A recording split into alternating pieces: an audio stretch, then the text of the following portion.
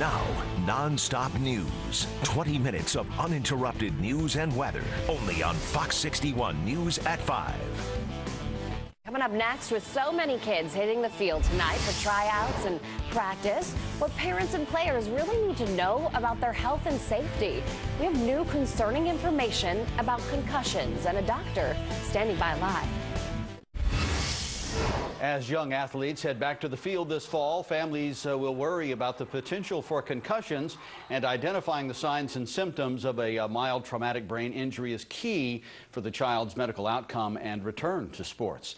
Joining us now, Dr. Bill Pesce with the Hospital for Special Care in New Britain. So, Dr. Pesce, it's so important for parents and of course, coaches to know what to look for in a game. First, why is it important for them to know what to look for in a game? Well, it's very important because early diagnosis is the key to the eventual outcome for the student athlete. So the earlier they're diagnosed, the earlier they can get into treatment, start the concussion protocol so that they can eventually return to play, school, work. So somebody gets their bell rung in a game. What are coaches looking for immediately? Well, the coaches, trainers are looking for, is there a loss of consciousness, first of all? Is that athlete not quite where he was before? Is he complaining of any headache or dizziness, or does he look like he's not quite into the game? You ask him some simple questions. You have to do a couple on-field evaluations, and usually it's the trainers.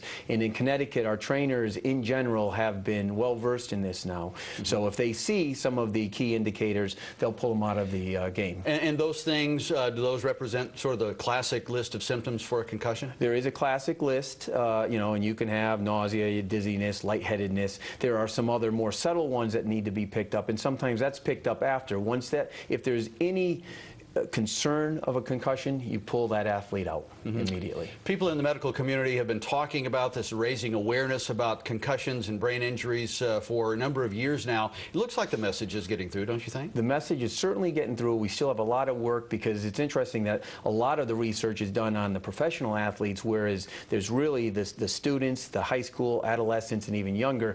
That's where there's millions out there that have been you know, at risk and have had concussions. And are you seeing athletes sooner now rather than later? Without question, we're seeing them early. Our clinic is multidisciplinary, so we have physiatrists, we have neuropsychologists, other various specialists, speech and language pathologists. After they're evaluated, they get into a concussion program, they get into a vestibular rehab training, so we can really identify what needs to be done in order to get them back. All right, great. Dr. Bill Pesce with the Hospital for Special Care in New Britain, thanks for joining us today. We appreciate your time. Thank you. All right.